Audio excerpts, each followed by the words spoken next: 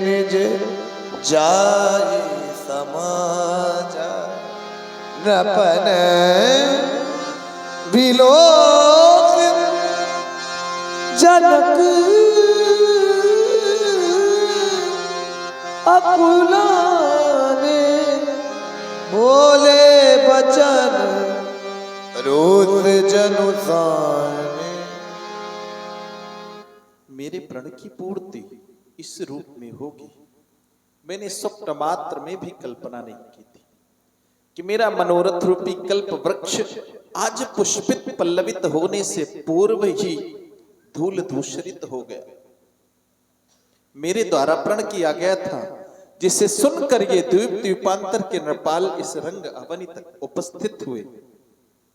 सभी के द्वारा अजगों पर बल आरोपित किया गया,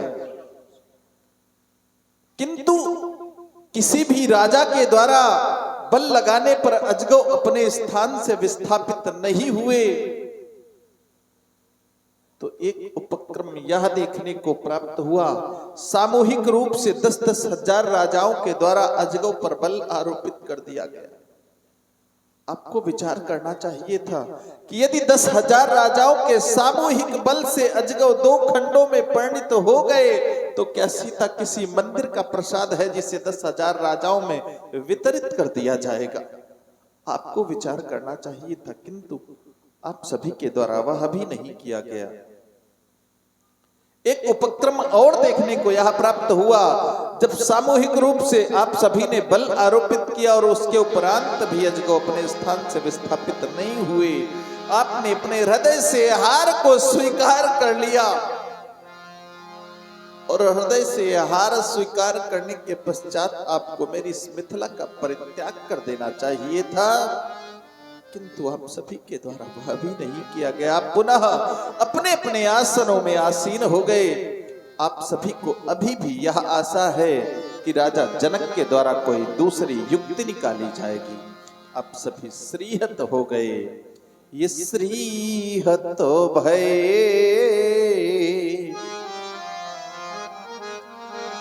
ये श्रीहत भय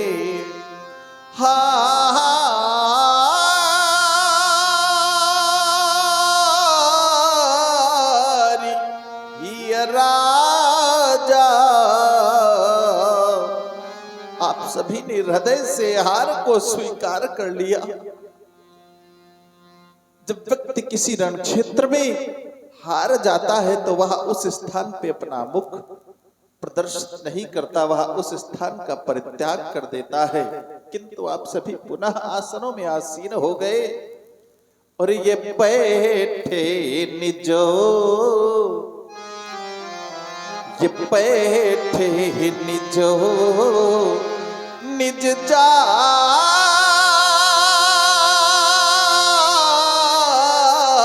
समाजा। कब? जब श्रीहत भय, मेरे द्वारा प्रण किया गया था। मेरे प्रण को सुनकर ये द्वीप द्वीपांतर के नरपाल यहाँ पर उपस्थित हुए। वो दीप दीप के भूपति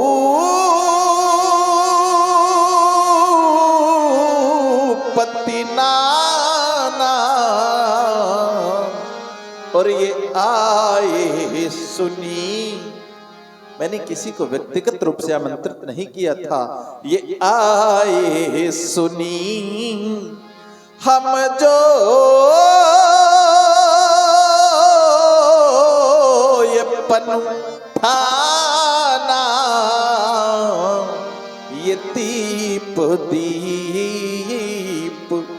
केवल द्वीप द्वीपांतर के नरपाल ही नहीं, यहाँ तो देवता और दैत्य भी उपस्थित हुए।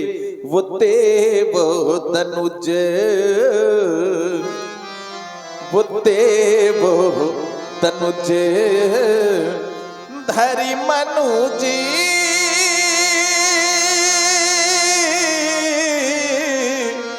शरीरा और ये विपुल वीर, ये विपुल वीर आए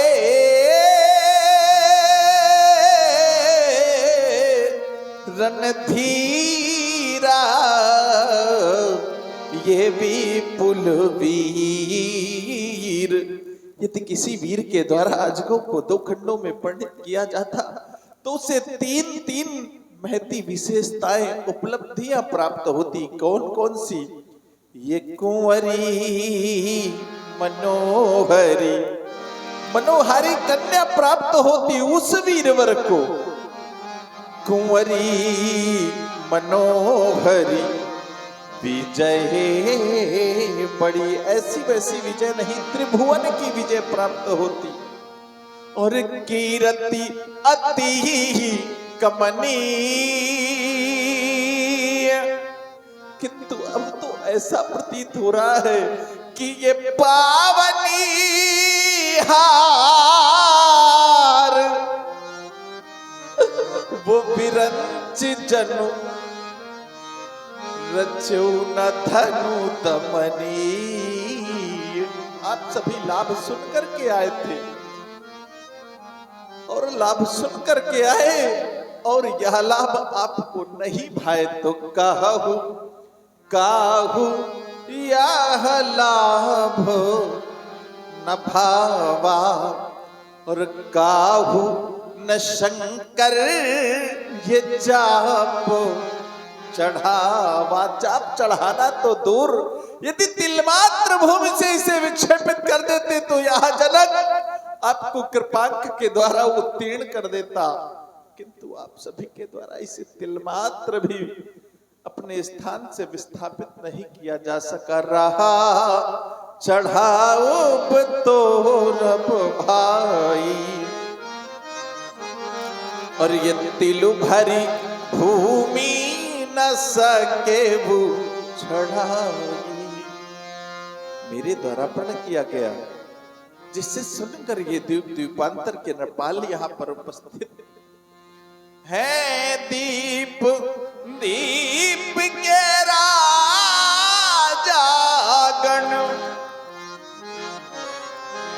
हम किससे कहें बलशाली है। अब मुझको तो ये विश्वास हुआ कि ये पृथ्वी वीरों से खाली है। यदि पूर्व में भी ऐसा ज्ञात होता कि यह स्थिति होगी तो मैं ऐसा प्रण कदापि नहीं करता। यदि प्रथम विचार किया होता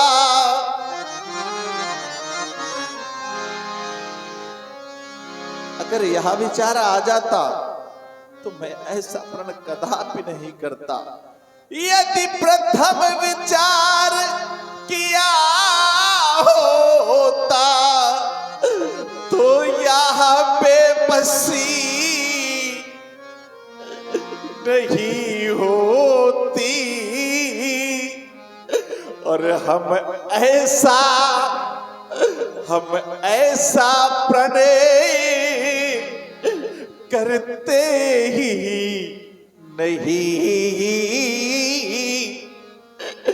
और ऐसी हंसी नहीं होती। अब विचार करता हूं कि क्या प्रण का परित्याग कर दूं, तो छत्र तो यह कहता है कि समाज के लोग क्या कहेंगे। राजा जनक, तुमने अपनी पुत्री के लिए अपने प्रण का परित्याग कर दिया। अब यदि हम अपना प्रणय छोड़े तो ये धर्म जाए, फिर लज्जा है। और यदि प्रण का परित्याग नहीं करते तो ये पुत्री सीता कुंवारी ही रहे। क्या करूं, हमारा वश क्या है। विचार कीजिए, जिस समय मिथिला में 12 वर्षीय भीषण दुर्भिक्ष था, मुनिजनों के साथ मंत्रणा हुई थी और उस मंत्रणा में स्वर्ण महल से उस पुंडरीक क्षेत्र का भूमि शोधन बतलाया गया। रानी सुनैना के साथ में उस पुंडरीक क्षेत्र में भूमि शोधन कर रहा था। हलकर्षण से जो ज्योति मिली, घृत डाल के हम लोग बढ़ा ना सके। जिस वीर की आश में प्रणय किया, उस वीर से तुमको मिला ना सके। विचार कीजिए, जिस पुत्री को दुल्हन की तरह सजाया गया हो, उस पुत्री की बारात ना आए, क्या स्थिति होगी उस पिता के हृदय की। दुल्हन का साज सजाया सभी, पर द्वार पे डोली मंगा न सके। वो विधि रूठ विधाता गया हमसे, हम मांग सिया की भरा ना सके। हम मांग सिया की भरा ना सके। पुत्री की विदाई हो रही थी, माँ रो रही थी, उस बेटी की सखियां रो रही थी, बंधु बांधव परिजन सभी रो रहे थे। सहसा उस बेटी के द्वारा रुदन करते हुए मां से एक प्रश्न किया गया, मां ऐसा कौन सा कार्य इस बेटी के द्वारा किया गया जिसके कारण आज यह बेटी इस परिवार से विलग हो रही है। मां भी रो रही थी और बेटी को धैर्य पूर्वक समझा रही थी। मां ने बेटी को समझाया, बेटी ये संसार की रीति है, हर एक बेटी को एक न एक दिन दुल्हन बनकर के जाना ही होता है। मैं भी एक दिन दुल्हन बनकर के ही आई थी। मां बेटी को धैर्य पूर्वक समझा रही थी।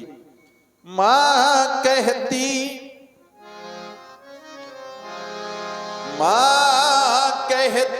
निज बेटी से,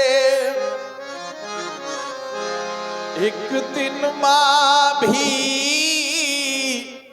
बनना होगा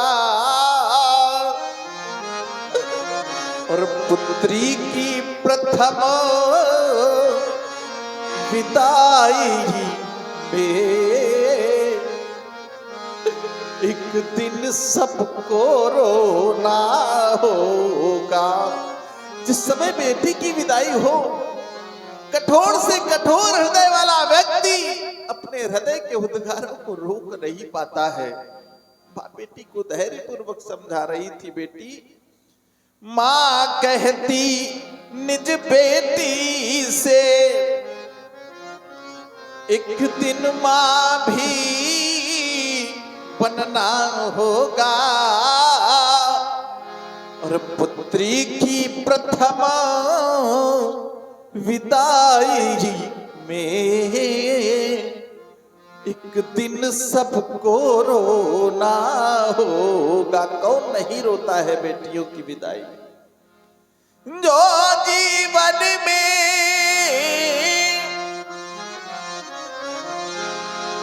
गंभीर नहीं, रणधीर वीर को क्या जाने। जिस पैर बिमाई फटी नहीं, वह पीर पराई क्या जाने। बेटी को दुल्हन की तरह सजाया गया हो, जिस बेटी की कुछ क्षण पश्चात वर यात्रा आनी हो, बंधु बांधव पुरजन परिजन सभी एकत्रित हो, उस पिता के द्वारा सारे साज सजाए जा चुके हों और उस बेटी की बारात ना आकर यह सूचना आ जाए कि अब वर यात्रा नहीं आएगी, क्या स्थिति होगी उस पिता के हृदय की। कल्पना कीजिए, जिस बेटी के लिए बेटी के जन्म से लेकर उस दिन तक के शुभ अवसर की कल्पना वह पिता करता है, और उस बेटी की बारात ना आए और सूचना आ जाए कि अब पर यात्रा नहीं आएगी, क्या स्थिति होगी उस पिता के हृदय की, क्या स्थिति होगी उस मां के हृदय की, और क्या स्थिति होगी उस बेटी के हृदय की जिसकी बारात ना आए। दुल्हन सी सजाई हो बेटी और पर यात्रा द्वारे ना आई। बेटी को दुल्हन की तरह सजाया गया हो और वर यात्रा ना आए। दुल्हन सी सजाई हो बेटी और वर यात्रा द्वारे ना आए, तो फिर उन मातु पिता के हृदयों को कैसे धीरज धरना होगा। मां कहती निज बेटी से एक दिन मां भी बनना होगा। वहीं पर बैठा पिता भी रो रहा था। पिता के रुदन करने का कारण जब परिवारिक जनों के द्वारा पूछा गया, आप क्यों रो रहे हैं, तो पिता ने कहा कि जिस बेटी को आज तक सारे निर्णय लेने की स्वयं में स्वतंत्रता थी, आज से वह बेटी परतंत्र हो जाएगी। और परतंत्रता में तो स्वप्न मात्र में भी सुख नहीं है। जो बेटी स्वयं सारे निर्णय लेने में सक्षम रहती थी, आज से वह बेटी दूसरों के निर्णयों पर आश्रित हो जाएगी। और परतंत्रता तो स्वप्न में भी सुख नहीं प्रदान करती। पराधीन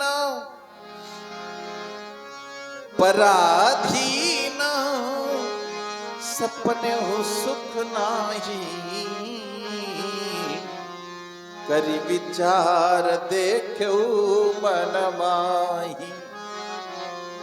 पिता ने कहा बेटी को संसार की सारी वस्तुएं दे दी जाएं, सारे वैभव सुख सुविधाएं प्रदान कर दी जाए, किंतु क्या एक पिता के हृदय को शांति, एक पिता के हृदय को शांति कभी नहीं प्राप्त होती। विचार कीजिए, जिस बेटी को पाल पोष कर इतना बड़ा किया गया हो और वह बेटी दूसरों के हाथ में सौंप दी जाए, क्या स्थिति होगी उस पिता के हृदय की, जिसके द्वारा उस बेटी को छोटी सी चोट लगने पर पिता के हृदय में क्या स्थितियां होती थी। वह बेटी आज दूसरे को सौंप दी जाए, क्या हृदय के उद्गार थे उस पिता के। बेटी को चाहे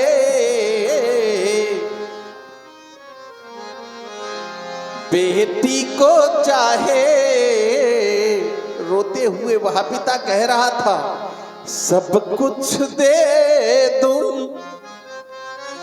पिता कह रहा था,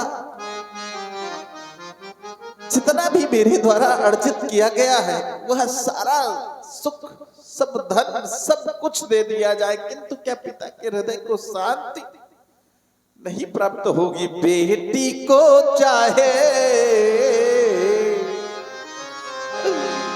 सब कुछ दे दूं, पर संतोष हृदय को नहीं होता।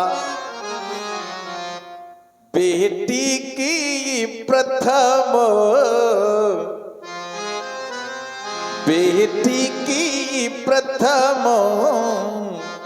विदाई में हर पिता यहाँ देखा रोता। बेटी की प्रथम विदाई में हर पिता यहाँ देखा रोता। जैसा प्रतीत हो रहा है कि मेरा सहयोग किसी के द्वारा नहीं किया गया, किसी के द्वारा मेरे प्रण में सहयोग नहीं किया गया, किसी ने मेरी सिया का भी हाल नहीं जाना, और आज मेरा प्रण असफलता की ओर है। और जब किसी नाविक की नाव मझधार में होती है, क्या स्थितियां होती हैं। आज शिरध्वज के हृदय में विचार रूपी नौका गोते लगा रही है। कभी विचार आता है कि प्रण की पूर्ति अवश्य ही होगी, किंतु कभी कभी ऐसा भी प्रतीत होता है कि यदि प्रण की पूर्ति न हुई तो क्या होगा मेरी बेटी का, क्या होगा मेरी लाडली का। आज स्थितियां परिस्थितियों में परिवर्तित हो चुकी हैं। जब किसी नाविक की नाव मझधार में होती है, क्या स्थितियां होती हैं। जब नाव भंवर में फंसती है तो माझी का मन घबराता है। जब नाव भंवर में फंसती है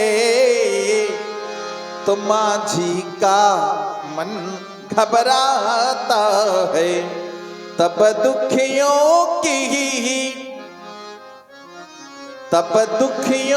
की आवाजों में वो भगवान बुलाया जाता है, वो भगवान बुलाया जाता है। एक बार परमत्त गजराज को जब जल में ग्राह ने ग्रसित कर लिया और गजराज के पास बचने की कोई युक्ति शेष न रही, गजराज ने उसी सरोवर से एक पुष्प कमल लेकर श्रीमन नारायण को समर्पित कर दिया और श्रीमन नारायण के द्वारा चक्र चला दिया गया।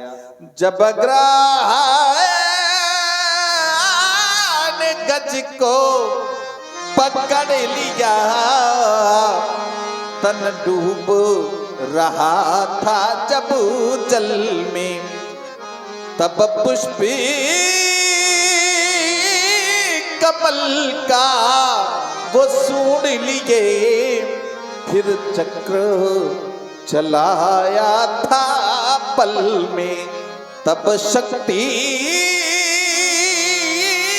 सिंधु में वो तीन बंधु मिल गया, बताया जाता है, मिल गया बताया जाता है। और अब मेरी अंतिम घोषणा, अब जनिको माखै भट्ट बानी, ये वीर विहीन मही में जानी।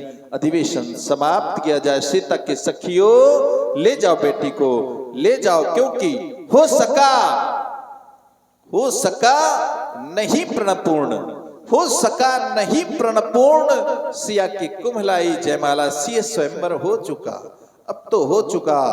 बुझा दो ये दीपों की माला, बुझा दो ये दीपों की माला, बुझा दो ये दीपों की माला।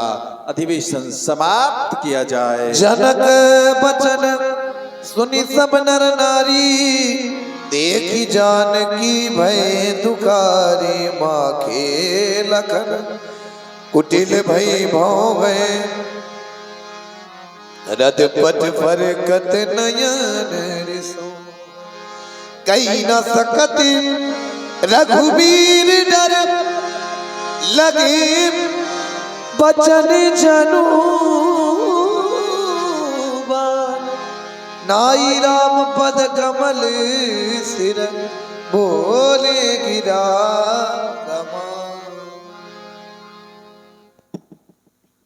मैथिली प्रतियोगिता पर भाग लेने वाले प्रतियोगियों, पुनः आप लोगों ने राजा जनक की बाड़ी को, राजा जनक की बाड़ी पर अब कोई संयम नहीं रह गया। क्यों? क्योंकि किसी भी वीर पुरुष के द्वारा राजा जनक की प्रण की पूर्ति न संभव हो सकी। इस धनुष को कोई दो खंडों में जब परिवर्तित न कर सका तो राजा जनक ने स्पष्ट घोषणा कर दी, इस धरती पर कोई वीर कहलाने योग्य नहीं रह गया। अरे राजा जनक, आपके प्राण की पूर्ति का न होना और इस धनुष का दो खंडों में यह परिवर्तित न होना, यह प्रमाणित नहीं करता कि इस धरती पर कोई वीर कहलाने योग्य नहीं रह गया। आप कहते हैं कि धरती पर कोई वीर कहलाने योग्य नहीं रह गया। अरे मेरा अनुमान तो यह कहता है यदि वीर न होगे इस धरती पर तो इस धरती माँ का क्या होगा। जब परदेशी राजा यहाँ राज करेंगे तो इस भारत माँ का क्या होगा। फिर शक्ति का संगम होता है तो यह कौन ही शक्ति रह जाती है। और उस महाशक्ति के सामने योगी यह कौन ही शक्ति पाती है।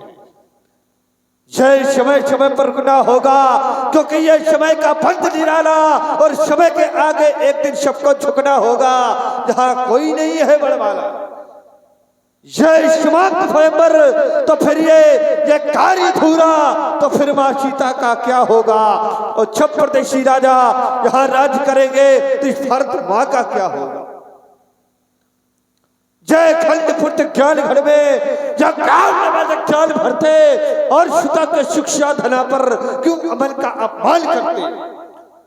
राजा जनक तुम्हारे इन शब्दों ने ये जगाद क्रांति की ज्वाला ये पालकर खप्पर इन मंडों की माला यदि लज्जों का होता तो ये कौतुक शव हो जाए। पर इसमें धर्म है कहीं धर्म के खंभे न हिल जाए। कहेगा झोन आज मैं ढील नहीं उसी के देख में पुत्र बन जाऊंगा। कच्छप भार फू हटाऊंगा। जब ना रहेगा राजा तो ये कौन कहेगा कायर मोही। ये वंश रघुवंश की पताका ये लग फहराऊंगा। दूल्हा बनेंगे श्री राम और दुल्हन वो झनक की शान की विदू। ये पीरों में शिरोमणि ये लखन लाल कहूंगा। ये सच्चे छत्री ये अपमान नहीं सह सकते हैं और चुनकर पुण्य की ये दात नहीं वो चुप कह पे रह सकते हैं। श्री राम जी को पश्चित जानकर भी ये ऐसी अनुचित वाणी कह डाली ये चाप हृदय पर चुपते हैं कि ये धरा पीरों से खाली। लिखे नहीं नैन जिनके अल पर कहते ये मन है जिनके सिर से ऊपर उठकर गिरी है और सिद्ध हुई जिनके गर्दनते रहता ये फिर है।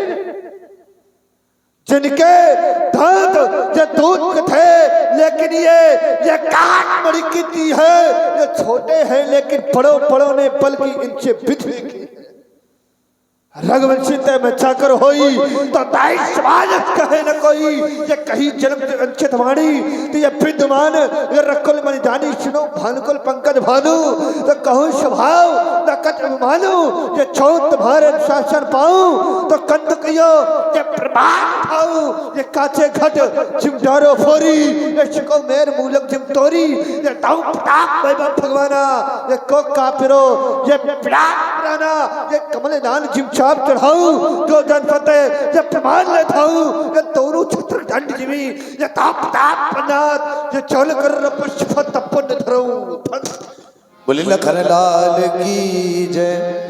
लखन सकोप बचन जे बोले डगमगानी महिंदी गज डोले शयनई रघुपति लखन निवारे प्रेम समेत निकट बैठारे। विश्वामित्र समय शुभ जानी बोले अति स्नेह में बानी। राम देख रहे हो राजा जनक बड़े दुखी हैं। राजा जनक के साथ साथ ये पूरी मिथिला सभी लोग दुखी हैं और दुखी होने का कारण केवल एक ही है धनुष का न टूटना। यह वह पावन सुंदर समय आ चुका है। इसलिए राम उठऊ राम भंजो बहुचापा मेटहु तात जनक परितापा। भगवान शंकर के आयुध को 2 खंडों में विभाजित करो और राजा जनक के कष्ट को दूर करो हमारा आदेश है। लखन लख्यो रघुवंश मणि ताक्यो हर को दंड उलक गाति बोले बचन चरण चाप ब्रह्मण।